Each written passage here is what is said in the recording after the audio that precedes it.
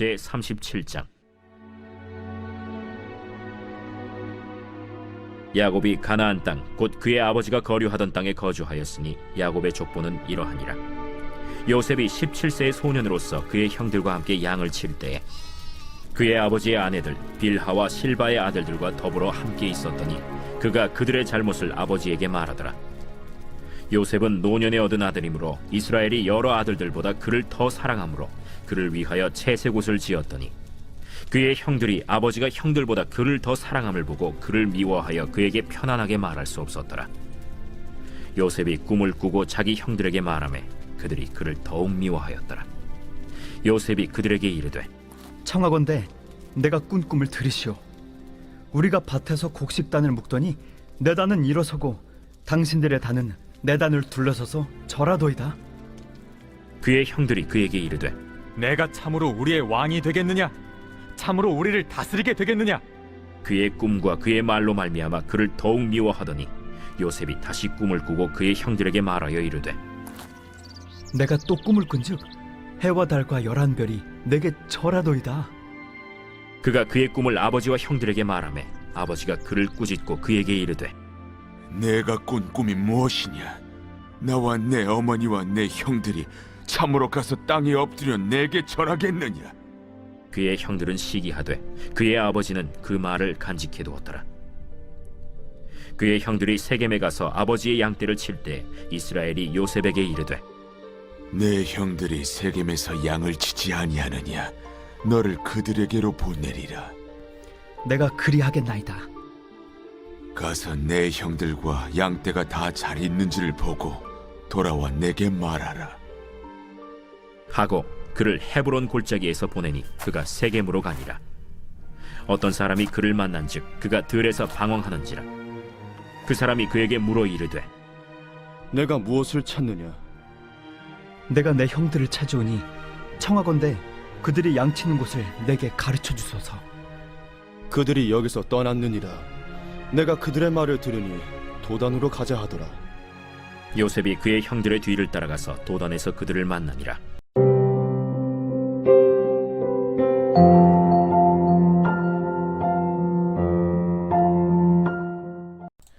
여러분 반갑습니다. 오늘도 큐티로 여는 기막힌 하루입니다. 본 말씀 창세기 37장 1절부터 17절의 말씀입니다. 자, 이제 우리는 결혼의 목적이 행복이 아니라 거룩이라는 것을 압니다. 우리의 가정은 내 거룩을 위해 하나님이 허락하신 최고의 훈련 장소이죠. 가정 안에서 서로의 수고를 통해 우리는 내가 얼마나 이기적이고 사랑이 없는 100% 죄인인지를 깨달아야 합니다. 그리고 우리의 힘으로는 사랑을 지을 수도 만들 수도 할 수도 없다는 것을 인정하는 가운데 하나님의 은혜를 구하는 자리로 다 함께 가야 합니다. 그럴 때 우리의 가정이 거룩한 구원의 공동체가 될 수 있는 것이죠.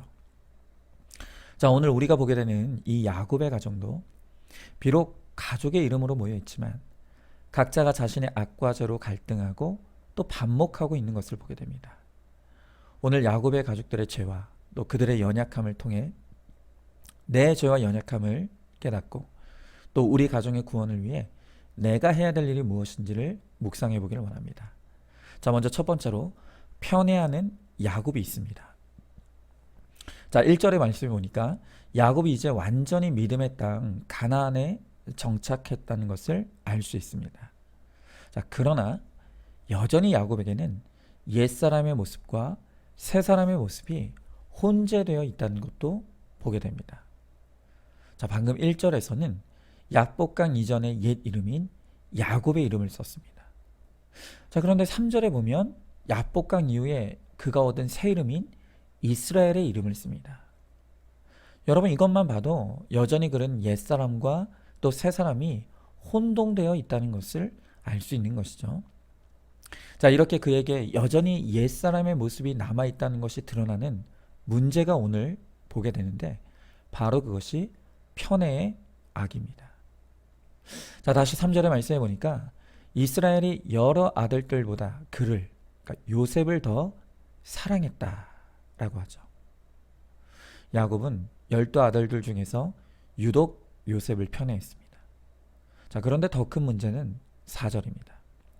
4절에 보니까 그의 형들도 아버지가 형들보다 그를 더 사랑함을 보았다 라고 합니다. 그러니까 야곱은 요셉을 편애하는데 몰래 하는 것도 아니고 다른 형제들도 다 알 수 있을 정도로 드러내놓고 대놓고 편애했다는 것입니다. 야곱의 이 편애라는 죄의 가시가 결과적으로 형제들 사이를 이간시키고 서로를 멀어지게 만드는 결과를 낳고 말았습니다. 이정아 시인의 고슴도치 사랑이라는 시가 있습니다. 이 시의 내용이 이렇습니다. 한번 들어보시기 바랍니다. 추운 겨울날 고슴도치 두 마리가 서로 사랑했네. 추위에 떠는 상대를 보다 못해 자신의 온기만이라도 전해주려던 그들은 가까이 다가가면 갈수록 상처만 생긴다는 것을 알았네. 여러분, 오늘 우리의 가정마다 이렇게 고슴도치 사랑을 하는 가정들이 참 많습니다. 서로 뽑아지지 않는 악과 죄가 있기에 사랑해서 가까이 가면 서로를 찔러 상처 입히는 가정들이 너무 많다는 것입니다. 그래서 가정이라는 이름으로 함께 살면서 아파하고 고통하는 가정들이 얼마나 많습니까? 특별히 그 많은 상처들 가운데 이 편애는 가족들 간에 정말 많은 상처를 남기는 것 같습니다. 자, 그런데 중요한 것은요, 이 편애라는 문제가 어떤 특정한 개인, 어떤 특정한 가정만의 문제가 아니라는 것입니다. 유명한 미국의 의대죠. 존스 홉킨스 의대 소아과 조교수인 바바라 하워드 박사는 말하기를 전 세계 부모의 95%는 편애하는 자녀를 두고 있고 나머지 5%는 거짓말을 하고 있다 라고 말합니다. 그러면서 덧붙이기를 편애를 하지 않는 것은 거의 불가능하다. 편애를 인식하는 것이 형제 간의 경쟁의식을 조장하는 가장 큰 요인 중에 하나다. 자녀들은 자신이 편애의 대상이지 아닌지를 눈치채고 그에 맞게 행동한다 라고 말합니다. 여러분, 이 연구 결과가 우리에게 가르쳐주는 것이 무엇이겠습니까? 이 편애의 문제는 어떤 특정한 개인이나 가정의 문제가 아니라 모든 사람, 또 모든 가정에 해당되는 문제라는 사실입니다. 그리고 이 편애의 문제가 가정들마다 많은 아픔과 상처를 만들어내고 있다는 것입니다. 자, 여러분, 그러면 이 편애의 문제 어떻게 해결할 수가 있겠습니까? 당연히 일단 가장 중요한 것은 이 편애가 부모의 죄와 욕심으로 비롯된 것임을 인정하고 우리 부모들이 하나님 앞에 철저하게 회개하는 것, 그것이 바로 문제 해결의 첫 번째일 것입니다. 그러나 그 다음으로 그러면 이 편애의 문제를 해결하기 위해 우리가 구체적으로 이루어야 될 적용이 무엇일까에 대해서 생각해보면 저는 이 편애의 문제를 해결하기 위해 우리가 반드시 해야 될 중요한 적용이 이 적당한 거리두기 적용이라고 말씀드리고 싶습니다. 자, 아까 말씀드렸던 이정아 시인의 고슴도치 사랑을 보면 고슴도치는 다가가면 다가갈수록 서로의 가시 때문에 상처만 생기는 일이 일어난다는 것을 알게 되었다고 했습니다. 그래서 고슴도치는 이런 결론을 내렸습니다. 제가 이 시의 뒷부분을 읽어드리도록 하겠습니다. 그들은 멀지도 않고 자신들의 몸에 난 가시에 다치지도 않을 적당한 거리에 함께 서 있었네. 비록 자신의 온기를 다 줄 순 없었어도 그들은 서로 행복했네. 행복할 수 있었네. 여러분, 이 고슴도치가 서로의 가시 때문에 찔리는 것을 깨닫고 생각한 것이 무엇이라고 합니까? 그것은 바로 적당한 거리에 함께 서 있는 것이라고 합니다. 여러분, 저는 이 적당한 거리두기야말로 우리 부모가 자녀들을 위해 해야 될 매우 중요한 적용이라고 생각합니다. 여러분, 편애는 받는 사람이나 소외되는 사람 모두에게 다 상처를 남긴다고 합니다. 다른 형제들보다 부모의 사랑을 덜 받고 자란 자녀들은 불안, 낮은 자존심, 우울증에 시달릴 확률이 높다고 전문가들은 한 목소리로 이야기합니다.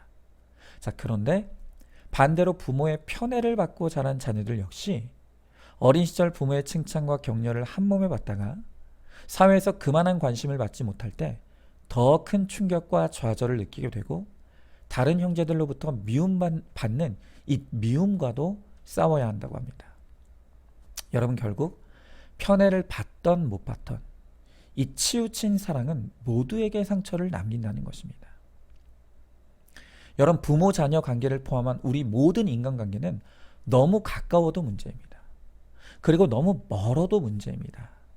그래서 우리가 온전하게 자녀를 사랑하기 위해서는 이 적당한 거리 두기를 힘써야 합니다. 내가 편애한다고 느끼는 자녀가 있다면 부모는 그 자녀에 대한 나의 집착을 회개하고 의식적으로라도 거리를 띄우려고 하는 노력을 해야 합니다. 또한 내가 사랑이 덜 간다고 느끼는 자녀가 있다면 그 자녀에 대해서 나의 무시와 냉대를 회개하면서 의식적으로 거리를 좁히려는 노력을 부단히 해야 합니다.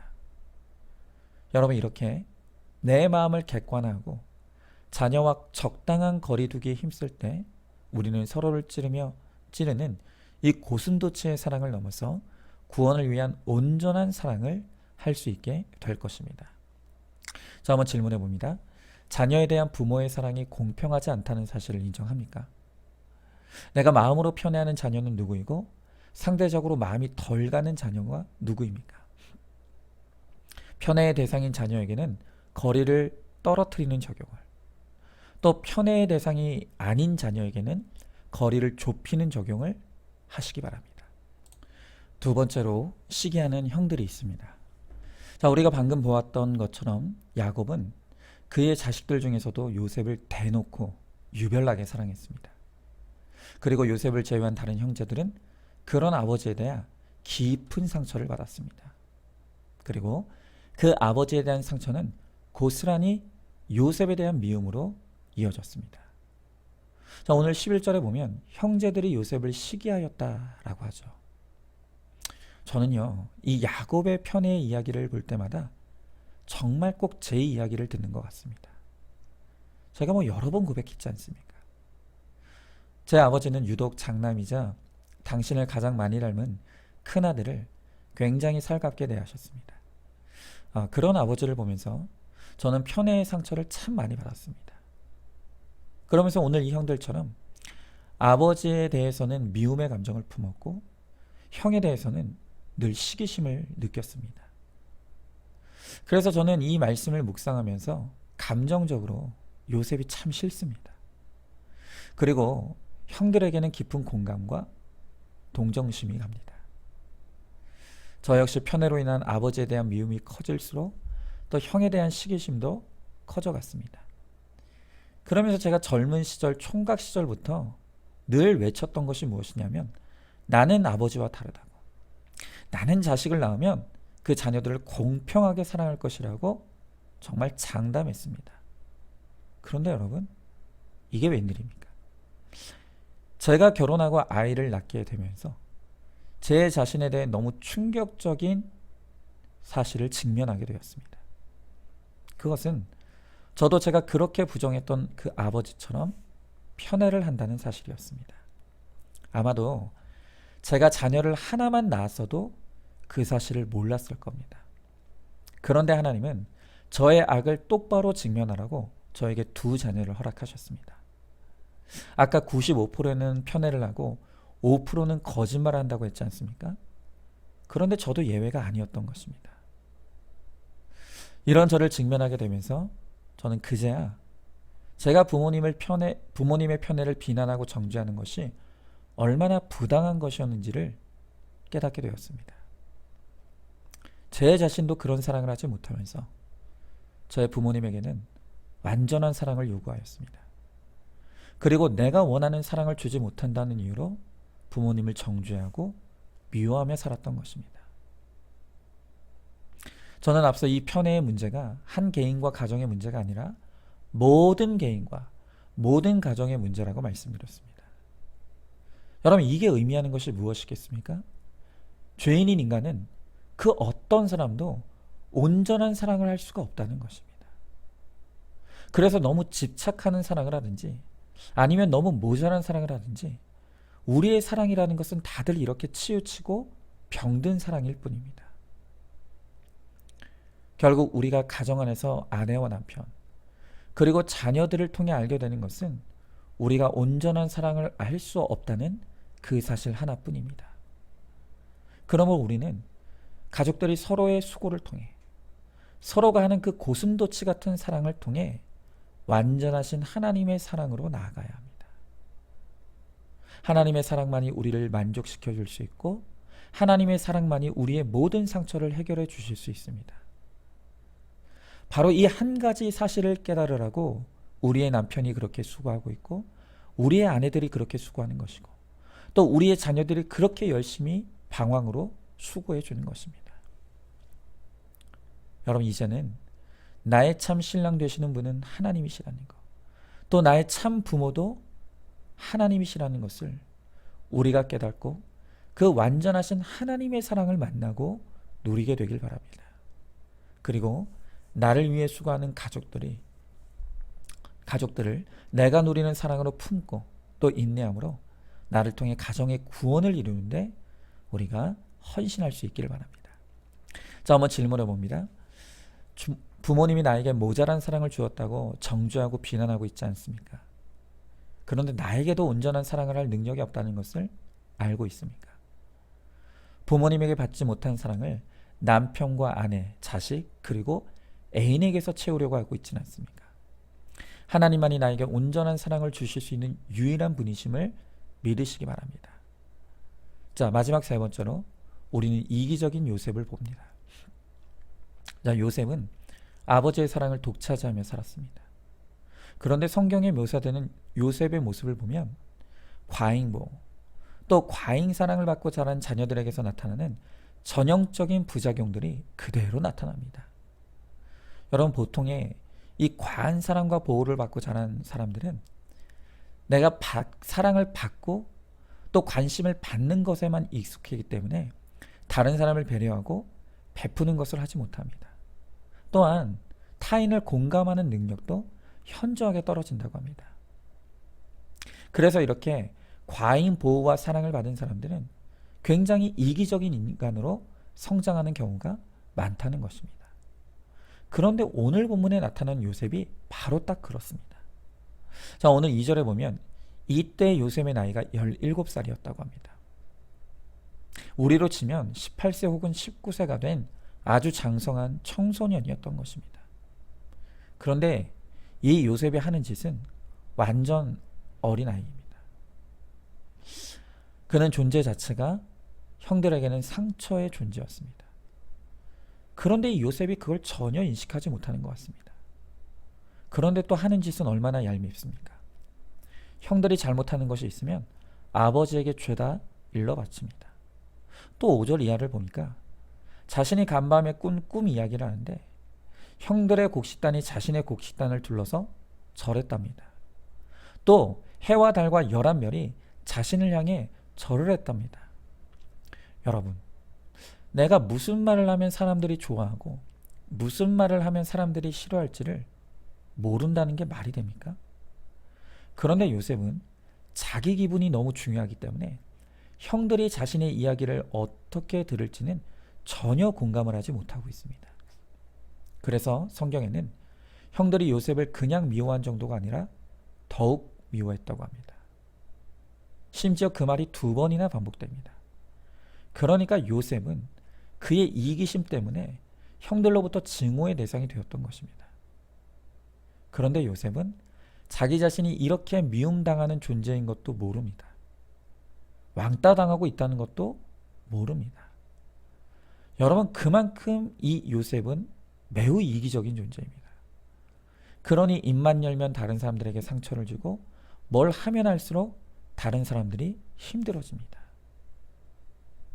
여러분, 우리가 100% 죄인이라는 말은 다른 말로 하면 내가 매우 이기적인 존재라는 뜻입니다. 우리는 내 생각, 내 고집, 내 방식만 옳은 줄 압니다. 그러면서 상대방이 무엇을 원하고 바라는지는 전혀 생각하지 않습니다. 그러니 내가 열심히 뭘 하면 할수록 그것이 상대방에게는 고통이 될 뿐인 것입니다. 여러분, 김양재 목사님의 책 프로포즈에 나오는 이 이솝우화의 이야기가 있습니다. 이건 제가 결혼식 주례 때마다 꼭 사람들에게 들려주는 이야기인데요. 오늘 한 번 더 여러분들에게 좀 나누도록 하겠습니다. 사자와 소와의 사랑 이야기입니다. 사자와 소가 어느 날 서로 사랑에 빠졌습니다. 둘은 죽도록 사랑한 끝에 결혼에 함께 살게 되었습니다. 그리고 서로에게 최선을 다하기로 다짐했죠. 소는 첫 다짐대로 최선을 다하는 마음으로 자신이 가장 아끼는 맛있는 풀을 사자에게 선물로 주었습니다. 사자는 싫었지만 꾹 참고 그 풀을 다 먹었습니다. 자, 이번에 사자도 약속대로 최선을 다해 자신이 정말로 아끼는 가장 연하고 맛있는 핏물 떨어지는 고기를 소에게 선물로 주었습니다. 소는 너무 괴로웠지만 또 참고 그 고기를 다 먹었습니다. 허니문 기간 동안은 그래도 괜찮았습니다. 그러나 허니문이 끝나고 서로 인내심이 바닥나자 그들은 더 이상 참지 못했습니다. 죽도록 미워하고 싸우다가 결국 깨지고 헤어지게 되었습니다. 그런데 이들이 이렇게 마지막에 헤어지면서 서로에게 한 마지막 말이 있는데요. 그 마지막 말이 무엇입니까? 나는 최선을 다했어. 나는 최선을 다했다는 것입니다. 여러분, 이 이솝 우화가 주는 교훈이 무엇입니까? 이 이솝 우화의 결론은 잘못된 최선이 최악의 결과를 낳는다는 말입니다. 여러분, 이 사자와 소의 문제가 무엇입니까? 사랑 안 했나요? 아닙니다. 사랑했습니다. 최선을 다하지 않았나요? 아닙니다. 최선을 다했습니다. 그런데 문제는 이들이 이기적이었다는 것입니다. 상대방이 뭘 원하는지는 전혀 모르고 그저 내 방식, 내 생각, 내 판대로만 하니 최선을 다하면 다할수록 그것이 최악의 결과를 맺더라는 것입니다. 여러분, 우리의 가정은 거룩을 위해 하나님이 허락하신 최고의 훈련 장소라고 했습니다. 우리의 가정이 하나가 되기 위해서는 내가 이기적인 존재라는 것을 먼저 분명하게 인식해야 합니다. 그리고 나의 이기심을 끊임없이 잘라내고 그 자리에 상대방을 이어붙여야 합니다. 바로 그럴 때만 내 가정이 하나됨을 이룰 수가 있는 것입니다.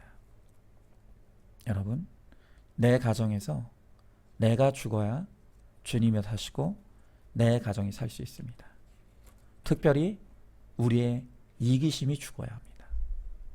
이제는 내 고집, 내 생각, 내 판단이 죽고 오직 내 안에 주님이 사시고 우리 가정에 주님이 역사하셔서 우리 가정의 주인이 하나님이 되시고 하나님을 통해 거룩한 가정, 구원의 가정을 이루게 되기를 간절히 소망하시기 바랍니다.